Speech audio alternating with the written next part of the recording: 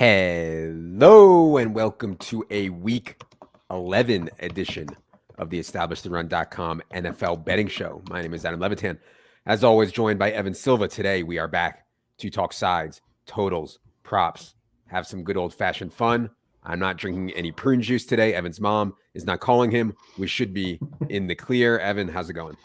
It's good. It's good. We were talking before the show that the season has gone by somewhat quickly. I would agree with that. And we have 7.5 weeks left of the super grind, and then we smooth sail right into the playoffs. I can't wait. We got Thanksgiving coming up, Christmas. There's time for cheer. I can feel it. I can smell it in the air. Yeah, and more slates, right? Like Thanksgiving creates more slates because there's a good slate on Thanksgiving, then there's a good slate on Sunday. Christmas is going to create more slates this year, Saturday slate and Sunday slate. And then even there's going to be more wild card slates this year. They're spreading wild card weekend, I believe, over 3 separate days, creating more slates on wild card weekend. Anyways, I do want to give the disclaimer on this show that I always give that I personally do not bet sides and totals. It's honestly just for fun. We know that people love it. If I do bet, it is to throw the books off the scent as we ravage them in props. And I am actually going to talk about a couple props today that I think are still good out on the board. But anyways,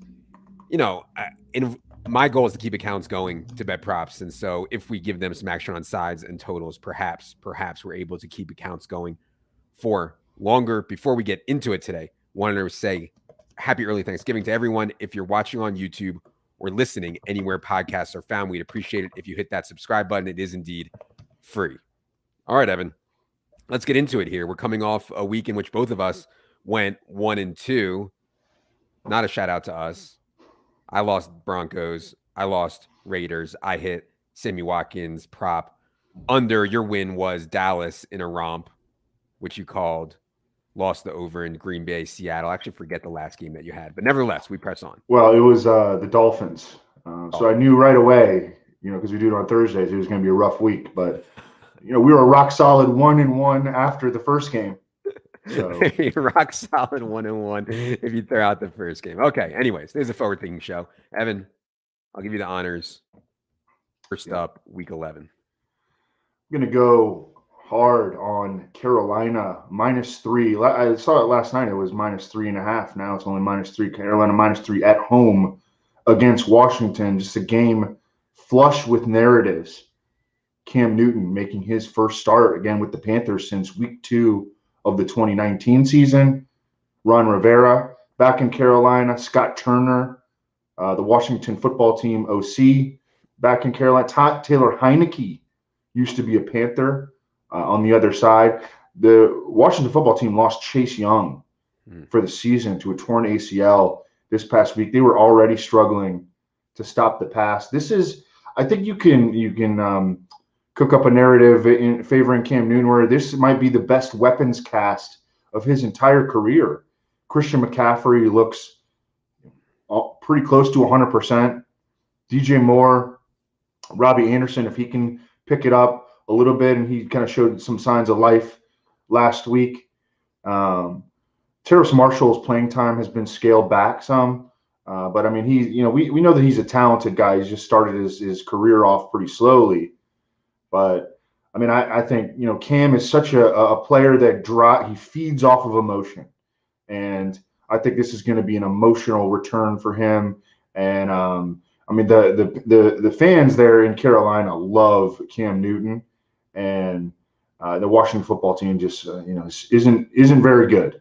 Yeah. So I think the Panthers take care of business, cover the 3 here. Yeah, best line is 3 -110 on DraftKings. Yeah, I mean, I agree that, and deservedly so, the fans in Carolina love Cam. He was so awesome for them for a long time. My whole thing has been, I don't know, due to the injuries, what Cam has left. And we haven't really seen him really since he looked really bad for the Patriots. Do I think he's better than PJ Walker and Sam Darnold? Probably. But I'm not sold 100%. But we're going to talk way more about this on Friday because Cam is 5,100 on DraftKings. Super cheap.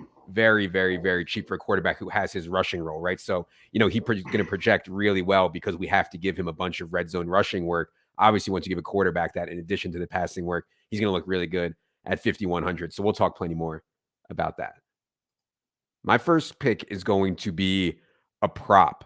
And so we already took Najee Harris under 115.5 rush plus receiving yards. You can still get Najee Harris, though, under 4.5 catches, minus 130. It's on Caesars. I believe it's on DraftKings as well. And so, these, historically speaking, running back receiving over props are like the worst bets you can possibly take. I'm always looking to take running back receiving under props. It's so dependent on game flow. If you get the wrong script for Najee Harris, and if you really get anything to go bad, 5 catches is so many for a running back. And I get that Najee plays a ton. I get that he plays on pass downs. I get all that.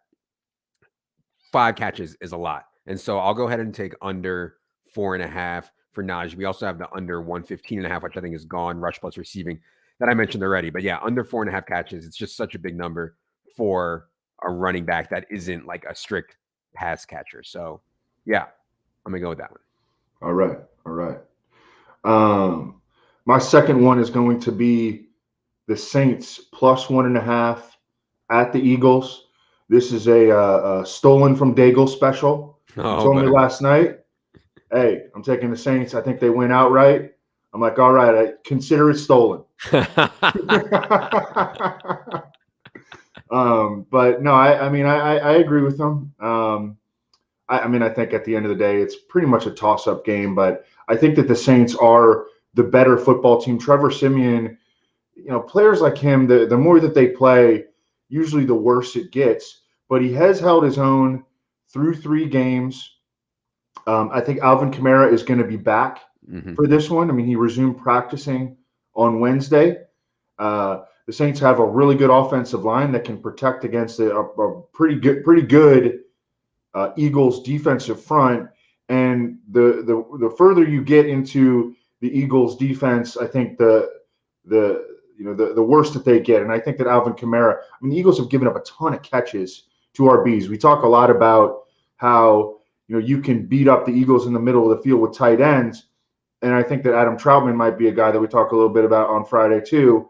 But you can do that with running backs as well. And there's no one better at catching the football out of the backfield and making dynamic plays than Alvin Kamara. It sounded to me like a 1-week injury, and I think that he's going to be back. And then defensively, the Saints can give the Eagles lots of problems. The Saints can give everyone lots of problems. I think that we'll see a good amount of Marshawn Lattimore on Devontae Smith, although Marshawn Lattimore did not travel with A.J. Brown strictly last week. But I think still that's going to be a common matchup on the outside. And then I don't know if Dallas Goedert is going to play, and he is a difference maker coming off the concussion. Yeah. So just enough little edges here that I think that 1.5, I'm going to take that with the Saints. I think that really you could make a case that the Saints should be favored more like -1. You can actually find a 2.5 out there on PointsBet right now, and there's a bunch of 2s out there on FanDuel and Fox Bet and a couple other places as well. I do think Goddard's going to play, but yeah, I've had a hard time reading Eagles games all year. Like, they've shown up when I thought they were going to fail, and they've played really poorly when I thought they were going to show up. So yeah, it's tough. I feel like they're a really widely varying team. They've changed the way they play so much lately. They're so run heavy now, arguably the most run heavy team in the league over the last month or so. And so, yeah, it's hard. And that's kind of like a strength on strength, because the Eagles, they really have been running it well, but man, there are not many teams better at stopping the run than the Saints. So it's kind of a interesting tactical matchup here, Eagles Saints. All right, I'm going to go ahead and give a side here for my second trick of the day, and I'm going to go down to this absolute stone cold shootout everybody is looking at for this Cowboys Chiefs game. I was on the Raiders last week, was obviously dead wrong, but I think there's been a bit of an overreaction here to how well the Chiefs played against the Raiders. I think facing this Cowboys team, which to me is one of the most complete teams in the entire NFL. Chiefs are certainly not one of the most complete teams in the entire NFL. Major struggles in the offensive line, major struggles on defense, major struggles in weaponry behind Tyreek and Kelsey, obviously. So yeah, quarterback play is still incredible for the Chiefs. The Cowboys win everywhere else. And I know going to Arrowhead is tough. The Cowboys are just so complete. And I want to be on Cowboys stuff when I can, especially as a dog. So this is painted 2.5 -105 pretty much across the board here. And my God, the total's got to be like 57 or something insane like that. Got 56.5 is the total up on DraftKings right now. Just such an insane game for fantasy. And we'll obviously talk a lot more about that on Friday. But the Cowboys are just like, outside of quarterback play, the Cowboys are just like better everywhere. And so I'll go ahead and take the Cowboys plus 2.5 minus 105. Yeah, but what if the Cowboys play cover 2? Oh God, I'll get my hand in the dirt and give my cover 2, and I'll give my cover 2 analysis versus Mahomes on Friday. You guys stay tuned for it. Well, that's kind of the narrative surrounding why did the Chiefs break out last week? Because the Raiders, just did what they do and played cover 3 the entire time, and that allowed the Chiefs to bounce back offensively. I mean, that's kind of, I've heard that on the Pro Football Focus podcast. Daigle has been talking about that. Seriously, Evan, seriously, if it was that easy, seriously, and you don't think? No, I know that it's not that easy, but I do agree. I mean, that again, we've talked about this many times, but when you see an offense as talented, or at least an offense that has been as good and consistently good as the Chiefs have been, year over year with Patrick Mahomes and Andy Reid, there are a number of factors that lead them into slumping for an extended period of time, right? One of them is the way the defenses are playing them and their inability to wiggle their way out of that, partly because, when you have 2 high safeties in cover 2, one of the best ways to wiggle your way out of that is to be able to run the ball with efficiency against that. And the Chiefs haven't been able to do that. So I do think that there is partial truth to that, but you're right. That's not the only reason that the Chiefs were slumping. It was a number of different reasons. Sure. I'd just say if it was that simple, the Raiders, they're dumb, but they're not that dumb. Like, I'm sure they're capable of playing cover 2, and I'm sure Mahomes is capable of countering, you know what I mean? And I think like running the ball at the NFL level with Darrell Williams and CEH, like it's not impossible. I think these guys can do it. So I don't know, man. I kind of find all that stuff hard to believe, but I hear what you're saying. I don't know. I'm still on Cowboys. Yeah. Hey, I'm not trying to talk to you. I'm on Cowboys too. Cowboys are just a better team. They're a better football team than the Chiefs right now. For sure. By the way, excellent rant about the NFL fan Twitter. I mean, you nailed it. So, all right. I'm going to wrap up with Bengals Raiders over 50.5. Got to for the brand. Got to put in an over every week. Mm-hmm. On teams, when it comes to betting props, I'm all in on the unders now at this point. I mean, you have completely converted me. So I found myself just going through the entire slate the past 2 weeks, looking for unders. Nice. So, but when it comes to the teams, I'm still on some overs, and I like this one indoors against the Raiders. Now the Bengals are coming off a bye. We've talked about how sometimes teams will perform at their floor coming off of a bye. They get out of their routine, and they come back and they don't perform as expected. And we saw that last week, with Tampa Bay, with Seattle. They did not play up to their usual standards coming off of a bye. I do worry about that a little bit with the Bengals, but sometimes you'll see teams explode off their bye. And will get their peak performance. That's what I think it is. It's, you'll often see teams performing at their floor or at their ceiling. I'm banking on a ceiling game here for Cincinnati. I don't think that anybody is going to be able to take care of. I think that this is a possible breakout spot for T. Higgins. Jamar Chase has been playing at an arguable top 5 NFL wide receiver level so far this year. I saw that you did take an over in Tyler Boyd over 37.5 receiving yards. I definitely think that the Bengals should be able to run the ball. They're going to be efficient on offense, I think, against the Raiders. And the Raiders are also kind of in a bounce back spot. Now they've lost 2 in a row. They're at home. They kind of need this one.